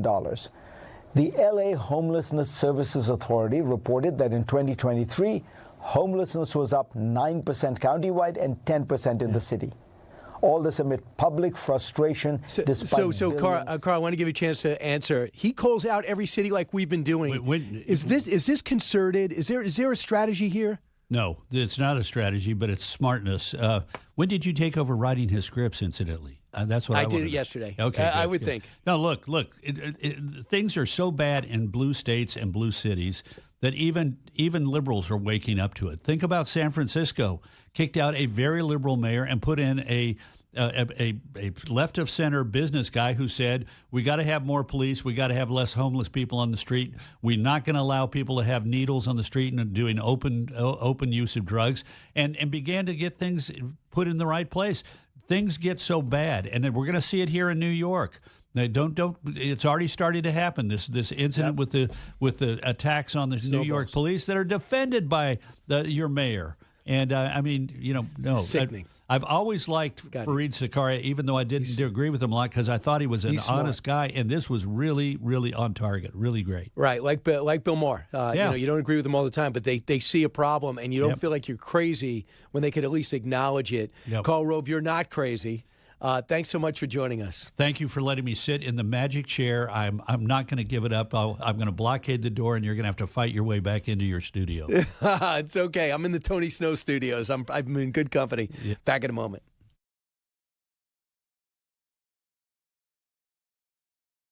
Hey, welcome back, man. I went really long with Karl Rove, but I think it's important. Someone calls balls and strikes. He loved the speech. He liked what was in it. Maybe the sparring would have been different, but Trump's Trump. He's not George W. Bush, and he's not, Barack Obama. Remember, Joe Wilson, who I really like, screamed out, "You lie," and President Obama goes, "No, that's not true." That's the way Barack Obama handled it. Marjorie Taylor Greene actually saved Joe Biden, who was losing himself in his script. Donald Trump just powers through, calls him out. That's different, but the rest he loved. Great use of great use of great people and great moments. I think it neutralized a lot of the anger and the disconcertedness.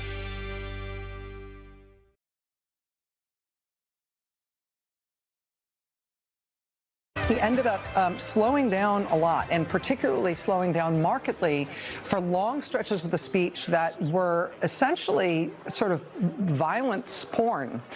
He talked about people being covered in blood, gushing blood, blood pouring out of things. He talked about people being on the edge of death. He went into graphic detail on a number of different people's injuries of various kind. And in those moments, he slowed down, ad-libbed a lot, and tried to give seemingly as much sort of gory detail as he could, talking about very bloody scenes.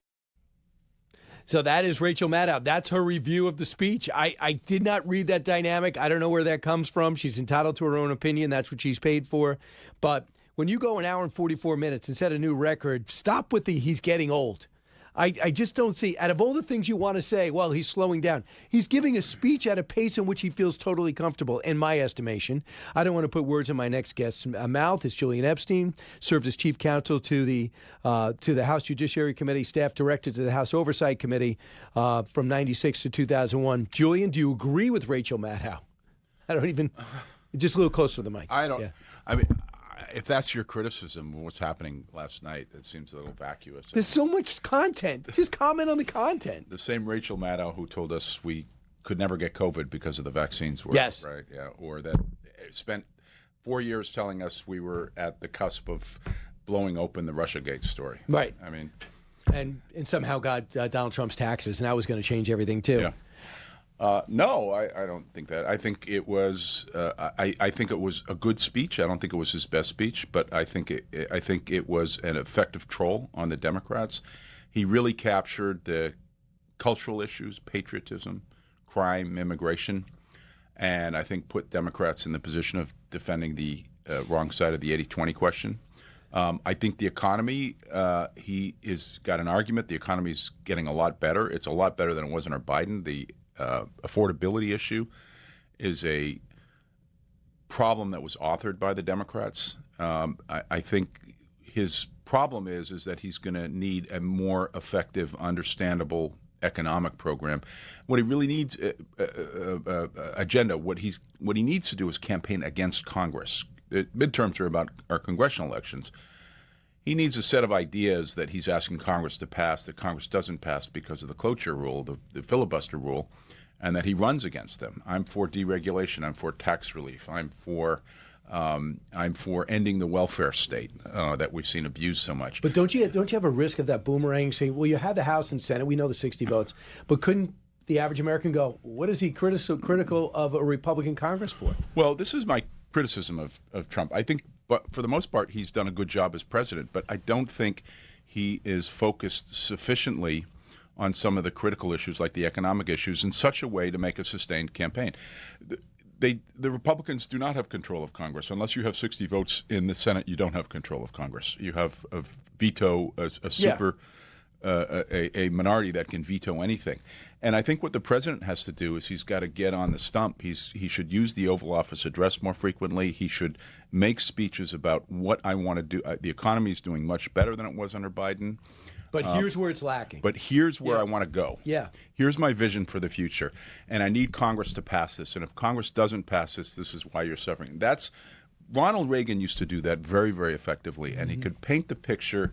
Here are the Democrats. The answer the Democrats have for every problem is higher taxes, more regulation, and more welfare.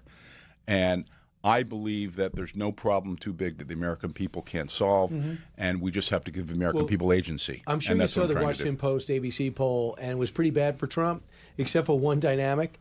They said, who's better on the economy? 33% said Trump, 31% said Democrats. So on every issue. Yeah. The Post poll had issue. every issue. Yeah. Trump was still ahead. But his approval was at 39%. Yeah, I mean, but that's what Democrats think, that they have Trump on the ropes right now because of polls like that. But what they forget is that their polling is much worse than Trump's. So Trump's average right now is about 42, 43%, which is historic average for president in his second term. Obama had 42. At the midterms, yeah. Yeah, so it's average. But the Democrats, what's changed is how low the Democrats are. Congressional Democrats are in the upper teens. The party as a whole, 7 out of 10 Americans think the party's out of touch. What's changed in politics in the last 30 years, Brian, is the Republicans have pretty much stayed in the political center on most of the issues. The Democrats have drifted far, far, far to the left. If you were to do a Venn diagram of Bill Clinton's positions in the 90s and Donald Trump's positions today, you would get an enormous amount of overlap on almost everything: crime, immigration, balanced budget, taxes. It would be a remarkable overlap. So what has changed in the last... Remember he did welfare reform? 30 hours a week. Trump was only at 20 hours a week. Yeah. So what's changed in the last 20 or 30 years in American politics is the Democratic Party has gone so far left, and the Republican Party has pretty much stayed where it was. Julian, the whole thing, Julian, somehow the president, and if you're like, it reminds me of football, you got to take away the run if you want that quarterback to pass. Yeah. If you think making that quarterback pass will get you the interceptions, take away the run. So I think somehow Republicans have to just say, okay, I'm going to take this away. You show me what you would do. Forget about me for a second. If I gave you the ball, what would you do with it economically? And most of the answers are spending, more regulation, and taxes on rich people. Where's that get you? Just show me historically where that ever has benefited. Right. So that's the one thing I'm hoping for. I do want to talk about a Democrat that's considering running, and that is Kamala Harris. Here she is yesterday, cut 47. Will you run again? I haven't decided.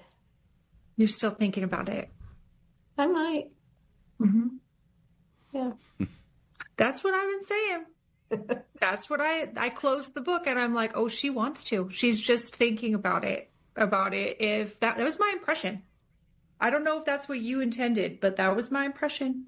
No, the book is about a specific period in time. There was no agenda beyond what we've discussed already, which is just sharing with people, the reality of the experience. So what do you think? I mean, she's a front runner in some of these polls. Is she the Democrats' best chance? No, I think she's a front runner because of name recognition. But every time she opens her mouth, it's dead air. I mean, I've never heard her give a coherent answer to a complicated question on anything that is policy related or related on anything. Right. And I just don't think she is a person who's ready for prime time. And the Democrats on the left don't like to say that because she's a woman of color. I think, we should hold everyone to sort of the same standard. I mean, you think about what happened to Dan Quayle when he put an E on the end of the word potato. That sort of, that faux pas. I think Democrats are just too scared to say what everyone knows, which is she's an empty suit.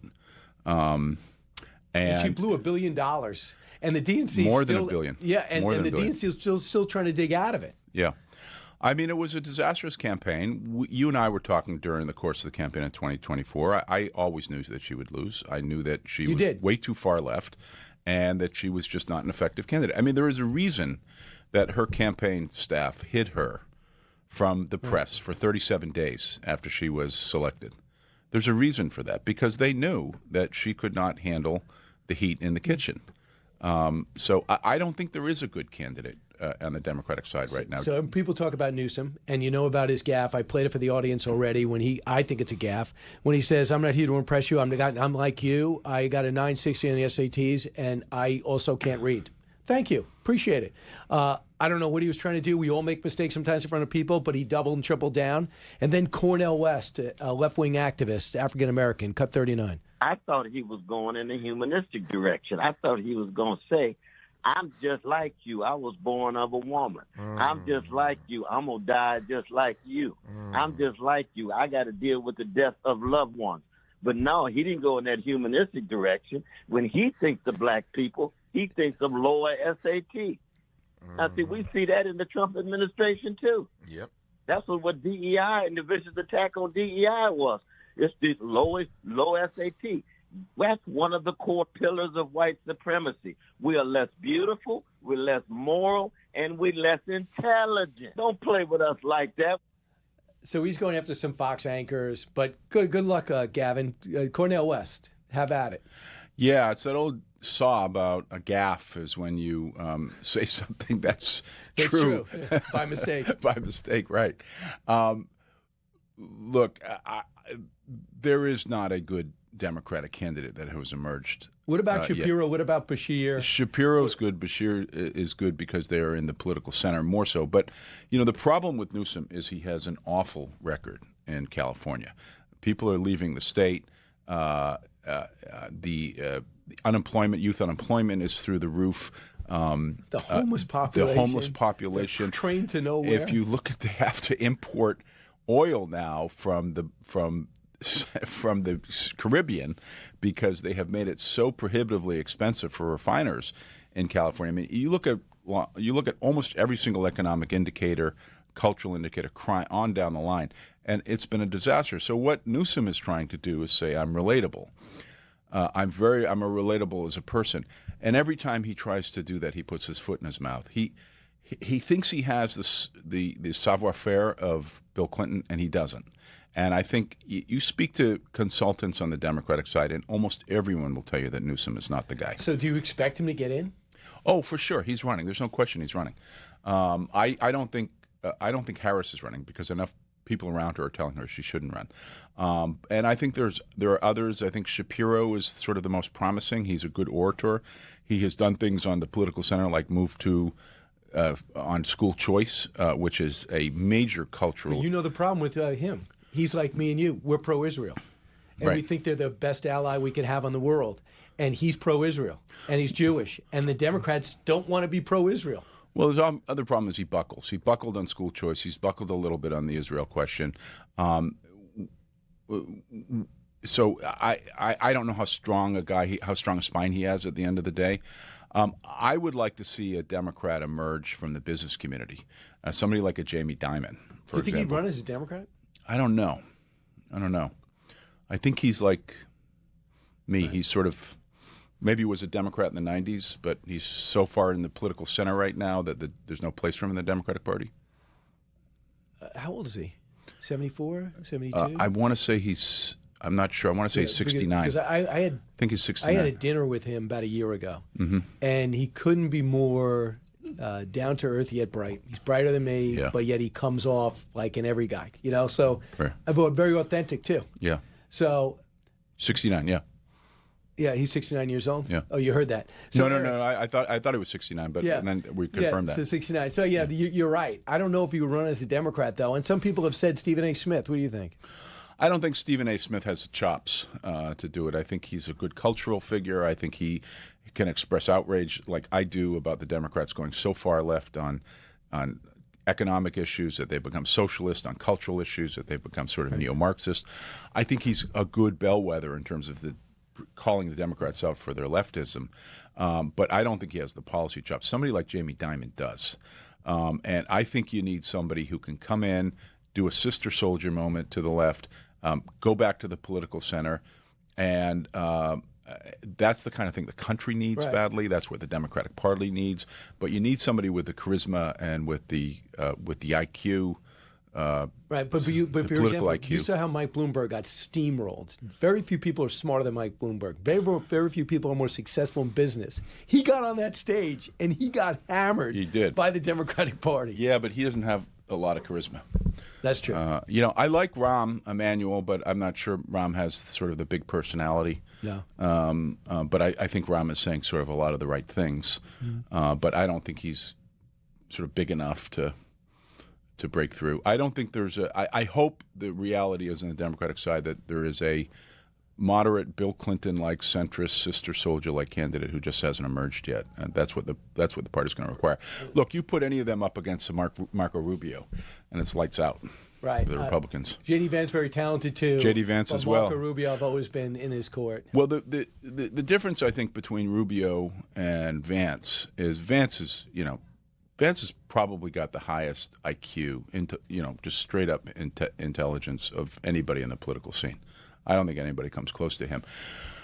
But Rubio is a lot warmer than he is. Vance comes across as angry and resentful a lot. Rubio, that speech in Munich was just, I think, the speech of the year. He wrote most of it, they say. It's the speech of the year. Everybody should read it. We should all listen to it.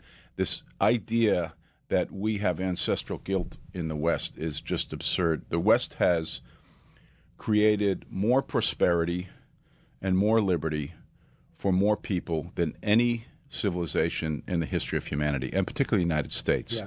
And the fact that we don't go and talk about that and talk about how Instead, we apologize and offer reparations. Right. So we don't talk about what free markets have done and what individual liberty has done and what honest government has done. These are the ideas wherever they've been adopted. They came out of the West. They came out of the Enlightenment. Wherever they've been adopted, they have resulted in prosperity and liberty for humankind.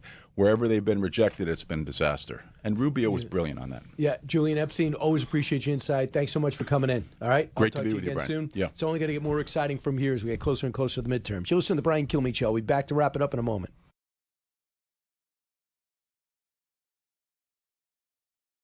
The constant kinds of yelling and screaming and holding up signs and for doing all these things. I don't care if it's a Republican or Democrat as a president. Just don't do that. Don't do that. Respect the office, regardless who's in that.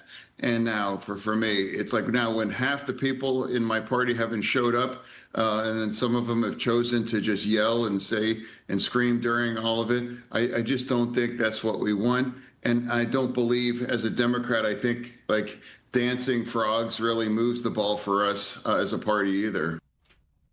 Yes, there were people.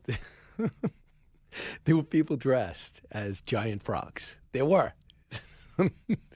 It's so unbelievable. They just don't understand. And I want you to hear too from another guy that.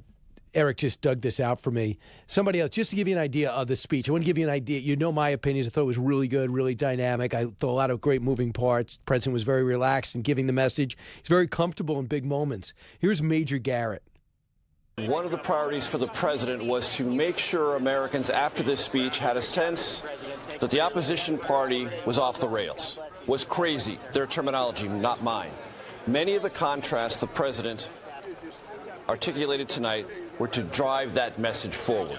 That not only do I disagree with the opposition party sitting before me in Congress, but I disagree with them so strongly and they with me so much that they can't even applaud basic common sense thing. And that line that you mentioned, that he added to the speech, whether it was ad-libbed or not, the first obligation, American citizens versus illegal aliens, was meant to create a visual moment of perpetual contrast. So right. Major Garrett, absolutely. The other guy, Tony Dokoupil of CBS, I think I said that right. He also, he also said, hey, it was a good speech, best speech. And I thought, wow, at least two members of the media there just being fair. And you don't like the way he acts and don't like memes he puts out, criticize. But when he gets it right, admit it.